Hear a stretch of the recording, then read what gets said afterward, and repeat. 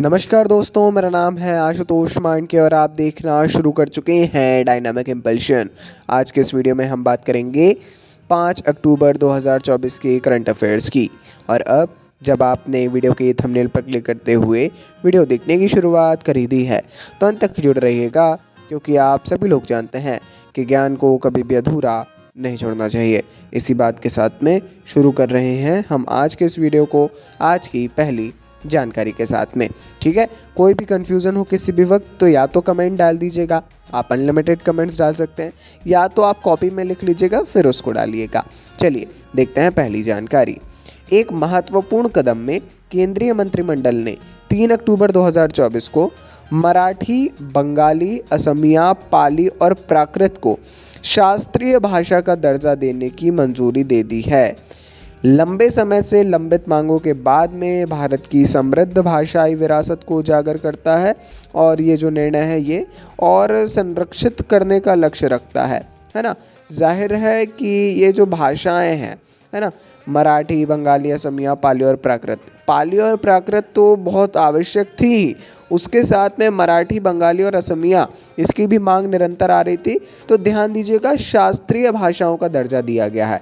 शास्त्रीय भाषाओं का मतलब क्या होता है, क्यों ज़रूरी है, क्यों दिया जाता है ना, कितनी पहले से ऐसी भाषाएं हैं, ज़रूर इसके बारे में पढ़ना चाहिए। बढ़ते हैं आगे। क्लाउडिया शीनबाम ने मेक्सिको की पहली महिला राष्ट्रपति के रूप में शपथ लेकर इतिहास रच दिया है, जो देश के लिए एक महत्वपूर्ण मील का पत्थर है। निवर्तमान राष्ट्रपति Andres Manuel Lopez Obrador Morena party से उनके करीबी सहयोगी के बाद पदभार ग्रहण करते हुए शीनबाम का नेतृत्व प्रगतिशील नीतियों की निरंतरता का प्रतीक है।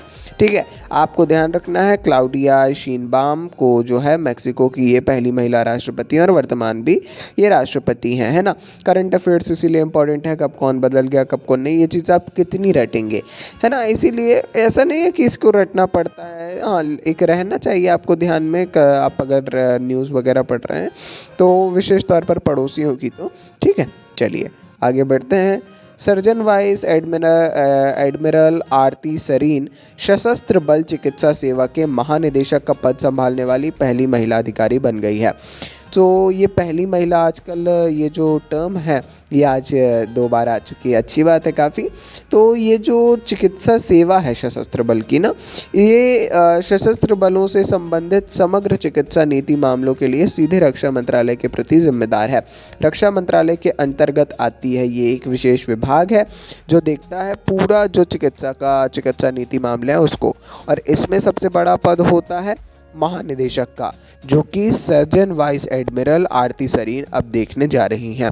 बहुत ज़्यादा इंपॉर्टेंट जानकारी नहीं है, परंतु ये जो टर्म है प्रथम महिला, ये इस जानकारी को इम्पोर्टेंट बना रहा है, और वो भी इस क्षेत्र में जहां कम ऐसा देखने को मिलता है। आगे बढ़ते हैं। अनिल अंबानी का रिलायंस समूह 1270 मेगावाट की सौर और पन बिजली परियोजनाओं के लिए विकास की योजना बनाकर भूटान के नवीनीकरण ऊर्जा क्षेत्र में महत्वपूर्ण प्रगति कर रहा है। अनिल अंबानी का ये समूह है, यहाँ कंफ्यूज बिल्कुल मत होइएगा। भूटानी सरकार की वाणिज्यिक शाखा Druk holding and investments limited के साथ एक रणनीतिक साझेदारी में यह निर्णय लिया गया है। इन्होंने जो है भूटान के साथ में साझेदारी की है। ये बहुत ज़रूरी जानकारी है, अवश्य ही आपको इसके बारे में पढ़ना चाहिए। थोड़ा सा इसके बारे में ज़रूर पढ़िए। 1270 मेगावाट की ये जो सौर और पन बिजली ऐसी 2 परियोजना है ना, तो ज़रूर थोड़ा सा पढ़ लेंगे तो आपको एक ये है कि भाई अपनी ओर से पर्याप्त जानकारी आप इकट्ठी कर लेंगे, कोई भी आपको परेशानी का सामना नहीं करना पड़ेगा। ठीक है, आइए जी बढ़ते हैं आगे। अगली जानकारी। केंद्रीय मंत्रिमंडल ने हाल ही में विभिन्न केंद्र प्रायोजित योजनाओं को 2 मुख्य योजनाओं, प्रधानमंत्री राष्ट्रीय कृषि विकास योजना और कृषकोन्नति योजना में समेकित करने के कृषि और किसान कल्याण विभाग के प्रस्ताव को मंजूरी दे दी है।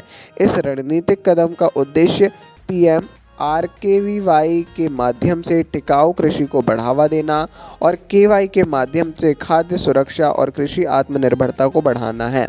देखिए एक बहुत बड़ा नंबर है ये जो हम देखने जा रहे हैं।